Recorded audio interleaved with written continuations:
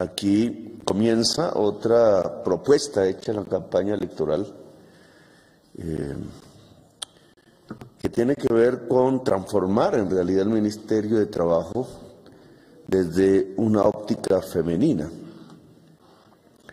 La desigualdad laboral se mide en formas diferentes y cubre muchísimos aspectos. Y en esto el DANE, y sería importante una reunión con la directora del DANE, puede jugar un papel importante porque la medición de temas que nunca se han medido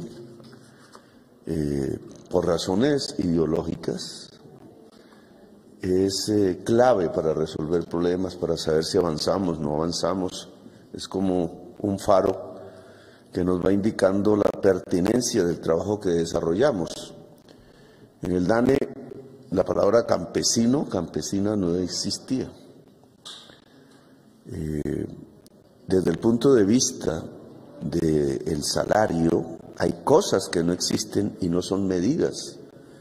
Desde el punto de vista del Producto Interno Bruto, esa cuenta cada vez peor hecha en todo el mundo alrededor de valorar la economía, por ejemplo, hay temas que no aparecen y que yo creo que es importante que empecemos a tener, así sea a partir del primer dato, si es que no se pueden reconstruir para los años anteriores. Pero este tema del DANE me parece fundamental, por ejemplo, en el tema que aquí nos convoca, el salario. El salario no cubre a toda la población colombiana, lo sabemos.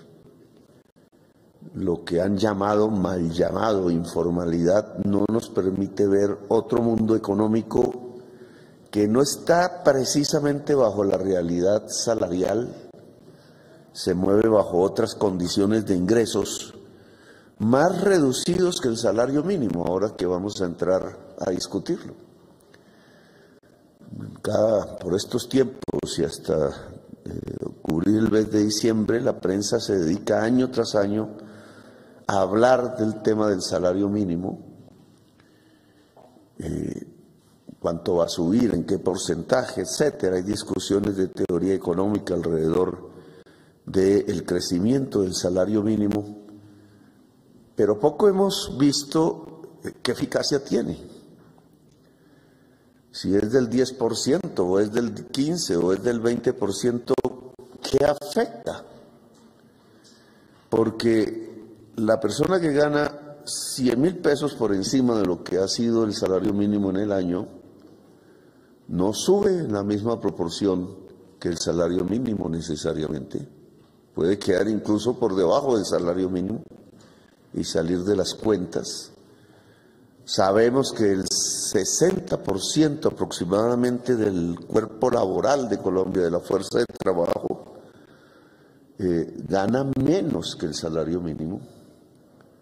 Y entonces uno se pregunta, ¿y entonces?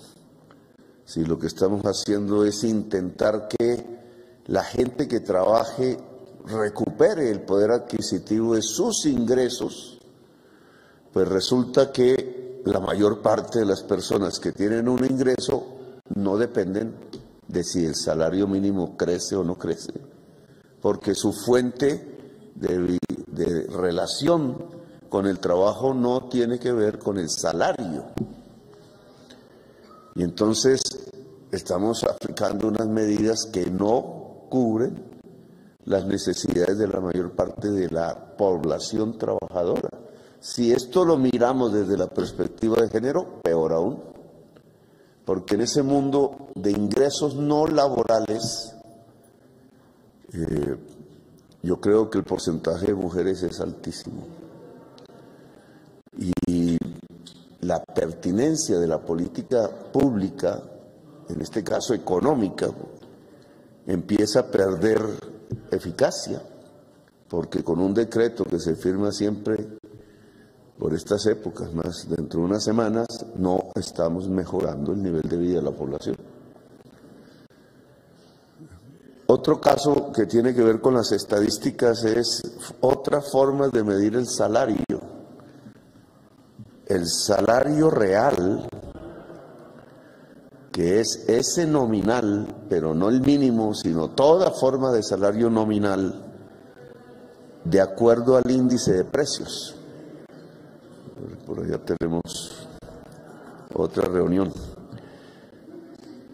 El salario real es una medida más eficaz para saber qué está pasando con el nivel de vida de las colombianas y los colombianos, pero tiene que ver con el nivel de inflación que existe en un país y sobre todo con los elementos que son necesarios en la canasta básica de una persona asalariada y que suben de precio.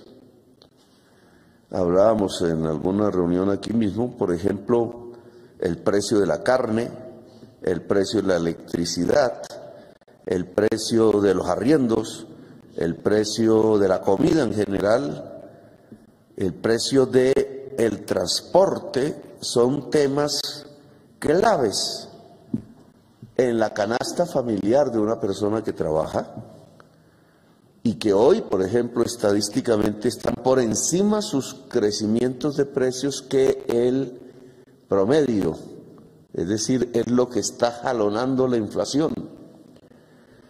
Y aquí habría que ver, porque hemos leído que la inflación ha crecido en Colombia por la inflación internacional, ¿qué papel juegan los bienes importados en este tipo de productos?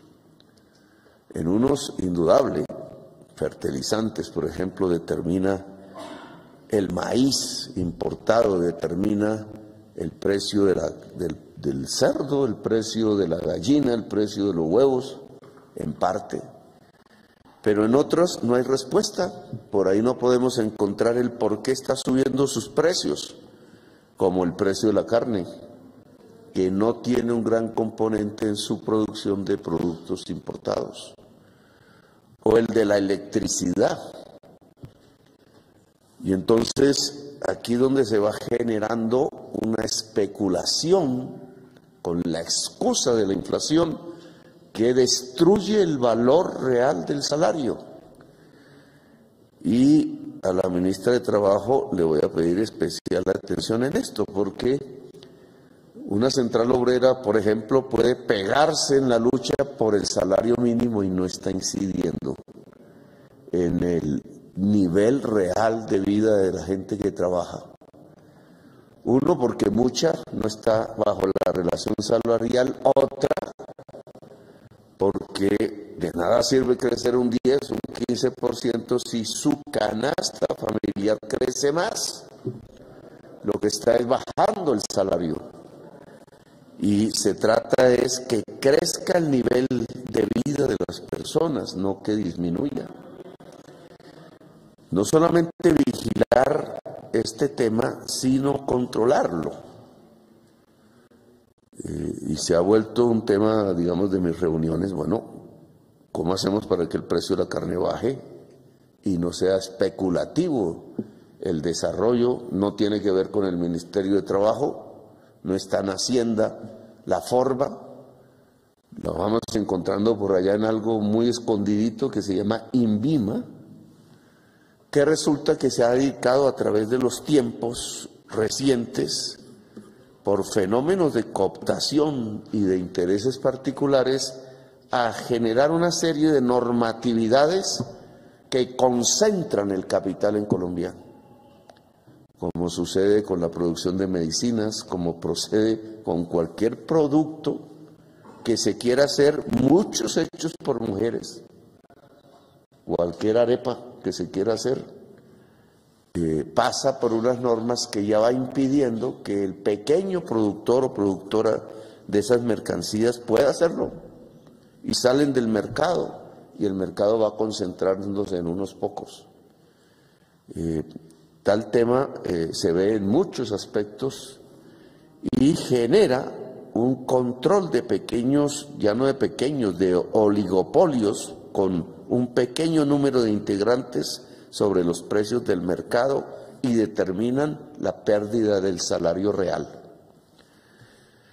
Otro, y no voy a aburrirlos más con estas, otra estadística, es el salario relativo, que a mí me parece la principal, y donde las centrales obreras deberían hacer el gran esfuerzo. Porque el salario relativo es del ingreso total que hay en el país, que es una forma de medir la economía, qué porcentaje va a las personas asalariadas y qué porcentaje va a los dueños del capital. Si en los años va creciendo el porcentaje de los dueños del capital y va bajando los salarios, que es lo que está sucediendo en los últimos 20 o 30 años en el mundo, lo que está es perdiendo la fuerza laboral poder, y dentro de eso es la mujer. Lo que se está es construyendo una sociedad desigual.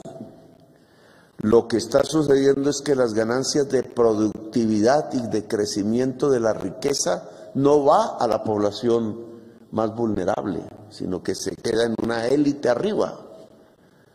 Y nuestra propuesta, por ejemplo, es construir igualdad social. Luego, el DANE debe medir todo eso, para que sepamos cómo vamos, qué sacamos si elevamos el salario mínimo, si el salario relativo disminuye en la sociedad, es decir, cada vez la riqueza se concentra en personas que son dueñas de los medios de producción, de los bancos, etcétera, pero no dueña de la fuerza de trabajo. Aquellos y aquellas van perdiendo poder dentro de la sociedad colombiana y por tanto la mujer. Y no sigo por estos temas.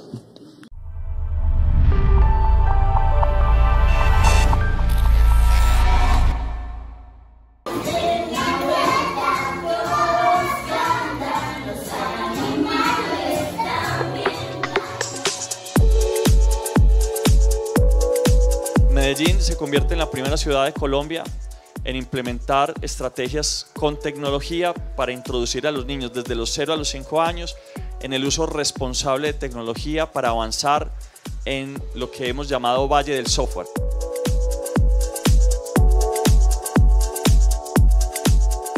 Más de 200 cámaras identificarán las emociones de niños y niñas en las sedes de Buen Comienzo como apuesta de Medellín por la innovación tecnológica. Esta dotación es una gran apuesta del distrito de Medellín por involucrar a nuestros niños y nuestras niñas en este propósito de Medellín Valle del Software. Cada niño que tiene acercamiento a estas nuevas herramientas va a tener la oportunidad, la posibilidad de aprender jugando desde la ciencia, la tecnología e innovación. Y todos nuestros agentes educativos van a poder explorar nuevas maneras, nuevas formas de aprender y de enseñar a nuestros niños y nuestras niñas.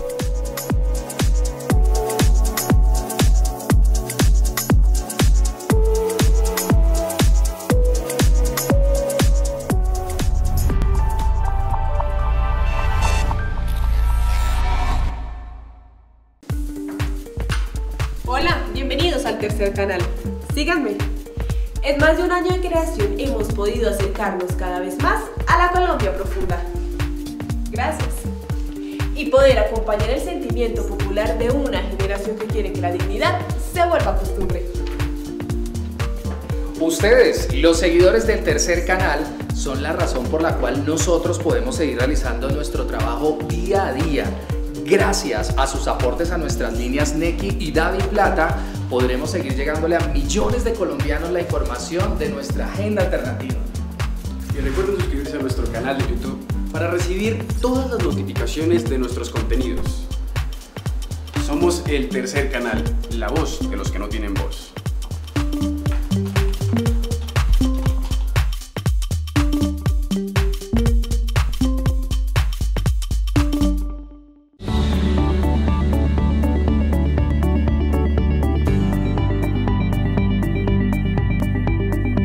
Búscanos en YouTube. Selecciona tu video favorito. Suscríbete a nuestro canal. Activa la campanita de notificaciones. Puedes donar fácilmente para que continuemos con nuestro trabajo. Somos el Tercer Canal, la voz de los que no tienen voz.